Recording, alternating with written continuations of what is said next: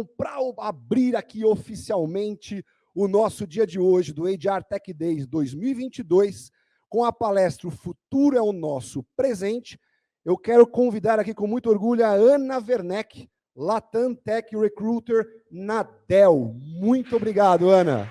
Obrigada. Boa palestra. Leandro. Oi, pessoal, tudo bem? Obrigada pela presença daqueles que estão aqui presencialmente, de você que está aí de casa. Primeiro, agradecer a Live University pelo convite. Eu não poderia estar mais feliz de abrir esse dia que é tão especial para mim, para a gente poder falar dessa junção da tecnologia com o RH que a gente tanto gosta, né? Eu acho que, para começar, é sempre bom lembrar como as pessoas, né, elas costumam enxergar o profissional de recursos humanos. Opa! Acho que o vídeo não está rodando. Temos o vídeo aí, pessoal? Boa! They call me Hell, they call me Stacy, they call me Her, they call me Jane. That's not my name, that's not my name, that's not my name, that's not my name. Eu gosto muito desse TikTok, eu acho que todo mundo que trabalha ou já trabalhou com RH em algum momento da vida se identificou com ele. E apesar do nosso trabalho envolver todas essas competências listadas no vídeo, é muito mais do que isso, né? Quando a gente fala de recursos humanos, existem uma infinidade de subdivisões nas quais nós podemos trabalhar, né? Vão desde recrutamento, folha, benefício, depende muito da empresa também, se a cultura geralmente tem um RH generalista ou mais subdividido mesmo. Nesse caso, eu hoje sou Tech Recruiter da Dell, como o próprio Leandro mencionou, e, além disso, administradora formada pela Unicamp, e sempre gosto de dizer que eu sou a geração nem cá nem lá. Não me encaixo na Z, não me encaixo na Millennial, eu estou bem lá no meio, e isso é muito interessante, porque no decorrer do tempo eu consegui observar uma evolução tecnológica muito grande. E o meu trabalho como Tech Recruiter me permite ver isso ainda mais de perto. Mas em que momento será que aconteceu essa junção? Bom, pessoal, para a gente falar disso, eu queria apresentar aqui para vocês, primeiro, as profissões que estão mais em alta, em mais demanda em 2022, segundo o LinkedIn. Eles colocaram aqui engenheiros de dados, engenheiros de confiabilidade e o Tech Recruiter. Isso foi algo que me surpreendeu muito, porque apesar de estar em contato direto com a tecnologia, eu imaginava que o profissional de TI ia estar em primeiro lugar. E foi aí que eu pensei, caramba, olha como a gente está em alta também. Olha como a gente tem que valorizar o nosso trabalho, a gente profissional de RH, a gente que está aí em contato com esse pessoal da tecnologia, a gente está crescendo junto, né? E falando desse momento, a gente precisa voltar do RH no tempo só para entender, dar uma contextualizada, né? O RH, há muito tempo, ele já deixou de ser o departamento que cuida dos custos, só de papelada, de burocracia, de administrativo, e desde os anos 80 ele já é considerado estratégico. Nossa, Ana, mas desde os anos 80, quanta coisa mudou desde os anos 80, não é, gente? Bom, sim. E para explicar o porquê a gente ainda está no estratégico e o que impacta esse estratégico, a gente também precisa falar das revoluções industriais, né? Quando a gente pensa em revolução industrial, é muito comum a gente pensar naquelas duas que a gente aprende lá na escola desde criança. A gente aprende da primeira, da segunda, alguns ainda aprendem até a terceira, né? Que foi marcada pela globalização, que foi devido ao avanço tecnológico. Quem está um pouquinho mais avançado lembra até da quarta, né? Mais conhecida como a indústria 4.0. O que é a indústria 4.0, pessoal? Ela nada mais foi do que o avanço tecnológico aplicado à manufatura, né? De uma forma bem simples. Mas sabe aqueles robozinhos que a gente vê na fábrica, que surgiu até uma preocupação muito grande de que eles tirassem, né, os trabalhos dos humanos, e foi até a última que é mais falada, essa quarta revolução industrial. Mas, em 2016, no Japão, surgiu um novo conceito, que é o da indústria 5.0, que é justamente onde as pessoas e a tecnologia se unem para que o trabalho operacional desnecessário ele seja a função da máquina e as pessoas consigam se concentrar cada vez mais na parte estratégica. Quando a gente combina esses fatores, a evolução tecnológica com o RH, a gente chega no RH estratégico que temos hoje, que é orientado a dados para tomada de decisões, otimização de processos e suporte às estratégias da empresa. Falando um pouquinho de transformação digital, quando a gente pensa nisso, nesse RH cada vez mais estratégico, o que a gente pode fazer, né, para estar cada vez mais próximo de um RH nesse modelo?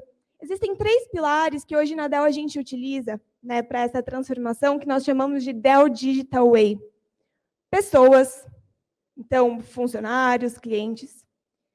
Processos, então entregas rápidas, contínuas, organizadas.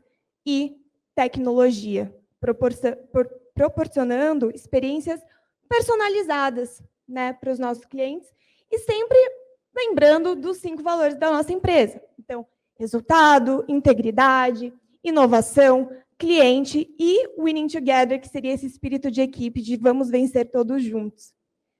A maior parte das pessoas conhece a Dell Technologies pelo hardware, né, pelo computador, pelo notebook. Mas a gente é muito mais do que isso, e eu vou mostrar aqui na prática como que esse caso se aplica.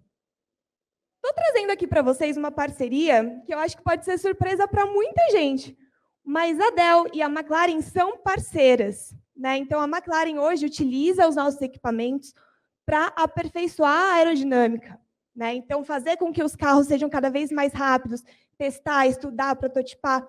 E só nessa parceria a gente consegue ver 3 tipos de serviços, né, que essa parceria consome. Então, a questão dos dados, da inteligência, para fazer esses estudos e esses protótipos, o suporte e o hardware em si. Eu gosto muito porque ela exemplifica onde a transformação digital está em coisas que a gente nem imagina. Então, você pensa, Fórmula 1, carro, beleza, quem for mais rápido é isso aí. E tem muita coisa por trás, inclusive a tecnologia. Pois bem, quando a gente fala desse tipo de projeto, desse tipo de parceria, nós temos profissionais envolvidos nisso, né? Desde o profissional que está atuando diretamente no projeto e os profissionais que atuaram antes para que esses profissionais pudessem estar no projeto. E aí entram os desafios do Tech Recruiter. Por quê? Para que qualquer projeto, em qualquer empresa, seja cumprido com excelência, a gente precisa de bons profissionais e esses profissionais eles passam por processos para estarem ali, né? Hoje, falando um pouquinho do nosso cenário de digital, a gente está enfrentando muitos desafios, né? Principalmente com a pandemia, a gente teve um aumento de 671% das oportunidades de IT. Isso é muita coisa, muita coisa. E quais são os desafios que hoje a gente está enfrentando? Demanda, profissionais e interesse. Hoje, a gente está falando de posições que têm mais em oferta do que profissionais para suprirem essa demanda. Então, o mercado está cada vez mais competitivo. Beleza, quando nós encontramos profissionais, ainda tem algumas barreiras. Vamos supor que esse profissional ele fale inglês fluente. Ele já abre uma competição, não só para as empresas que estão no território nacional, mas para as empresas que estão em qualquer lugar do mundo. Porque vem uma empresa lá de fora e fala, meu, vou te pagar em dólar. Então, já é um outro tipo de competição que só é permitido devido a toda a tecnologia, né? E isso acaba fazendo com que nós tenhamos um pool restrito de candidatos, né? Quando a gente pensa nas metas, hoje, né, uma meta que foi divulgada pelo Michael Dell, a meta de que até 2030, 50% da população da Dell sejam de mulheres. Essa é uma meta incrível, e para que isso aconteça, existe uma série de ações do negócio como um todo para atingir esse objetivo final, inclusive do RH, com ações, né, internas, externas, e, obviamente, do profissional de Talent Acquisition, do profissional de recrutamento. Né? E, para isso, a gente tem que ter uma atuação cada vez maior de parceria com o nosso gestor. Então, é muito mais do que, eu quero um cara assim, assim, assado, pronto, beleza. Não, a gente tem desafios cada vez mais complexos por conta dessa parceria. Quais são os meios, né, que nós utilizamos para superar esses desafios? Através do fortalecimento da nossa marca empregadora, experiência do candidato, né? Acho que isso é uma coisa que fica cada vez mais nítida, o quão é importante esse cuidado com a pessoa desde a primeira ligação para agendar uma entrevista até o final do processo. Então, não é só o feedback sim ou não, mas sim criar uma parceria, porque às vezes aquele candidato, ele não deu certo naquela vaga, mas ele chutou a bola e bateu na trave. Numa próxima, ele tem um fit com a empresa. Então, como que a gente cria essa relação com o candidato para garantir uma boa experiência, né? Então, isso é uma preocupação muito grande hoje. A contratação remota, que foi uma grande conquista. A Dell sempre teve uma cultura de trabalho remoto, híbrido, e a pandemia acelerou isso e trouxe isso para áreas que antes não tinham explorado essa modalidade de trabalho. E por conta de todo o mercado, a gente conseguiu abrir as contratações remotas para todos os estados do país, então, para o território nacional. E a gente sabe que, falando em termos de legislação, enfim, é uma série de processos para que a gente consiga isso. Mas, pensando no nosso pool de candidatos, que já é restrito, se a gente restringe por localidade, a gente fica cada vez mais preso. Então, não seria algo que funcionaria. Então, foi, sim, uma conquista e uma estratégia que utilizamos. Employee Resource Groups, as nossas famosas ERGs, que são os grupos de afinidade dentro da Dell.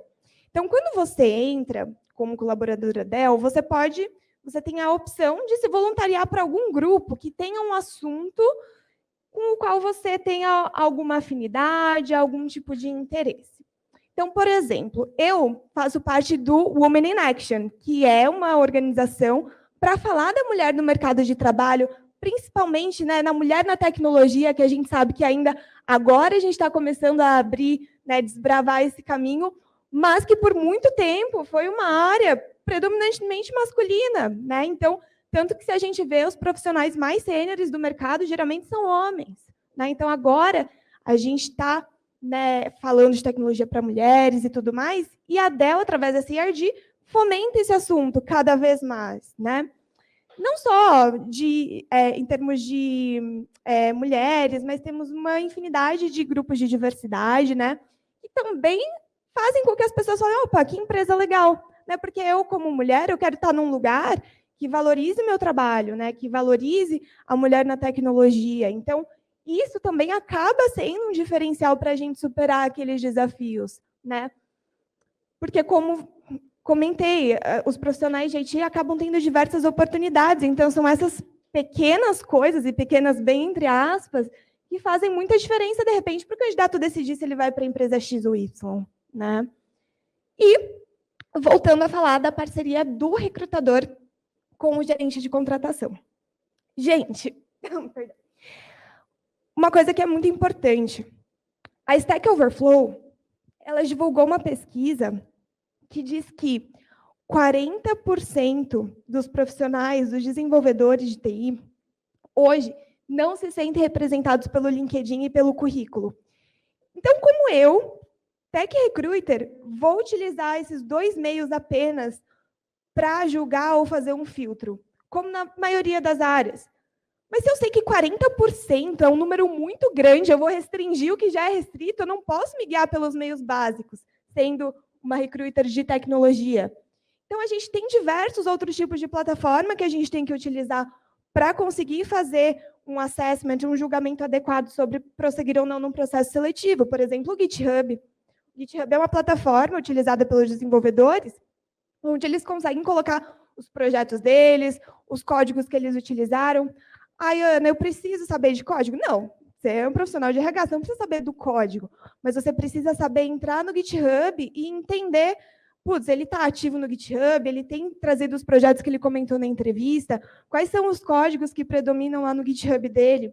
Então, a gente também tem o papel de, além de fazer isso, mostrar para o nosso gerente de contratação, olha, não é só isso aqui, dá uma olhada no GitHub dele, né? Enfim, ser cada vez mais próximo, entender o impacto que essa pessoa vai ter no nosso negócio, Então, gente, esse dado ele é muito interessante.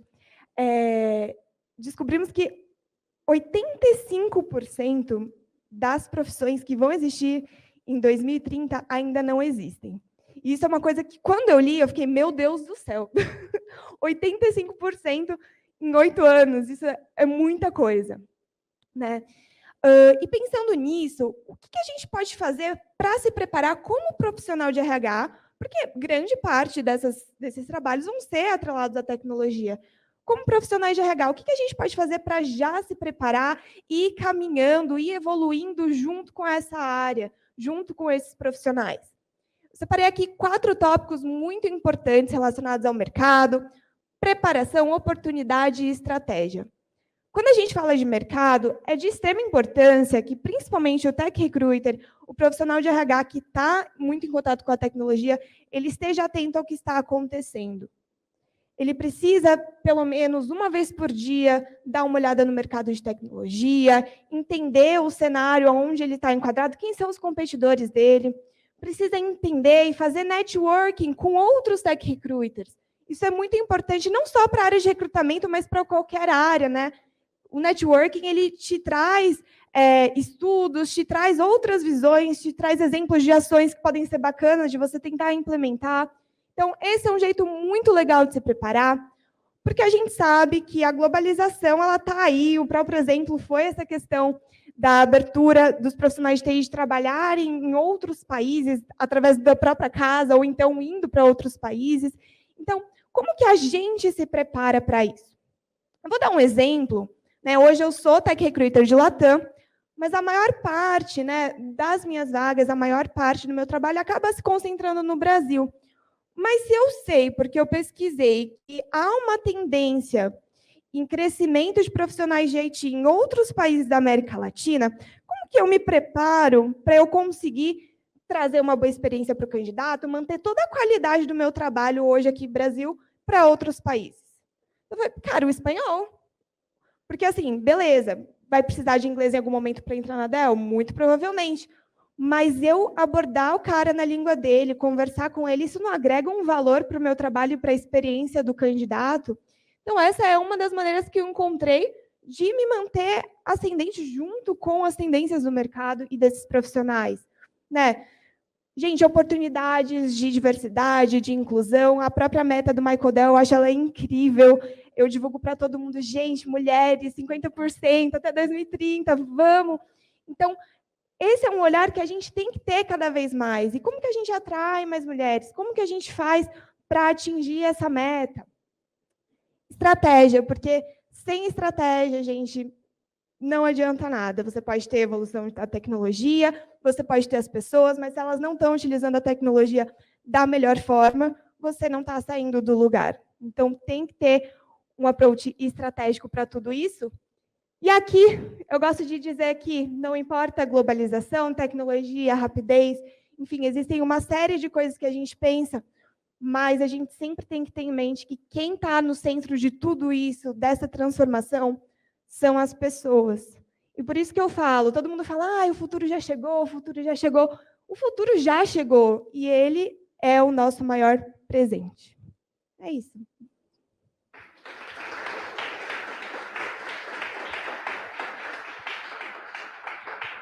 Obrigada. Acredito que vamos ter perguntas? Sim, muito obrigado, Ana. Um assunto extremamente fundamental. Aqui já temos perguntas vindas das pessoas que estão assistindo. Então, vamos lá, Ana. Quais mudanças podemos esperar para os próximos 5 anos em processo e tecnologia de contratação? O que você vê aí pela sua experiência? Muita coisa já foi acelerada pela pandemia, então eu acredito que algumas áreas antigamente ainda faziam entrevistas presenciais, ou pelo menos aquela última entrevista, para a gente bater o martelo, contratar a pessoa. Isso foi completamente quebrado durante a pandemia, porque você contrata gente que você provavelmente nunca vai ver presencialmente. Às vezes o cara está lá no Nordeste, você está lá no Rio Grande do Sul e não vai ver essa pessoa. Então, essa é uma tendência que ela vai permanecer, a dar contratação através de meios virtuais, principalmente por conta dessa globalização também. Então, essa questão dos nossos competidores não estarem só no nosso território nacional, mas sim em diversos locais do mundo, isso sim se mantém. E falando também, né, pessoal, em o tempo que a gente desprendia para atividades que hoje a gente tem uma infinidade de softwares que podem fazer isso para a gente, né? Então, por exemplo, se antes você perdia muitas horas filtrando os currículos, hoje você consegue colocar palavras-chave que são aquelas que vão ser essenciais para um trabalho. Não significa que você não vai olhar as outras, mas significa que você vai ter uma priorização por conta da tua ajuda da tecnologia, né? Então, acho que tecnologia, globalização e essa quebra de barreiras aí de contratações em diversas localidades. E nessa área a tecnologia facilitando também, ela vem para Super. facilitar muito, né? Super. A gente fala que a pandemia também trouxe aí as oportunidades, né? Então, empresas ali que nem pensavam em fazer esse processo online, né? Tiveram que acelerar isso nas suas empresas. A segunda pergunta é a seguinte: qual foi a grande alteração que a recente mudança no cenário mundial ajudou a construir, né? Nessa linha do que eu trouxe aí da pandemia. Tá. Grande mudança. Foram tantas mudanças. Mas eu acredito que as áreas começaram a valorizar outras coisas além da roupa, de você estar lá num determinado horário, das 8 às 5, das 8 às 6, e sim o que você entrega. Isso você pode fazer no conforto da sua casa, né? Então, cara, se para você uma soneca de 40 minutos era essencial e você não podia fazer isso no teu trabalho e isso te impedia de produzir antes, hoje você pode dormir 40 minutos no teu almoço e voltar muito melhor para o período da tarde. Legal. Acho que é isso. Produção, tem mais alguma pergunta? Não? Ana, muito obrigado. Obrigada. Foi um assunto realmente que valeu a pena a gente iniciar com esse assunto. Tenho certeza que não só presencialmente, mas você que está online aí gostou bastante. Obrigado por compartilhar sua experiência com a gente, tá bom? Uma salva de palmas aí para Ana. Obrigada, pessoal. Obrigado, Ana.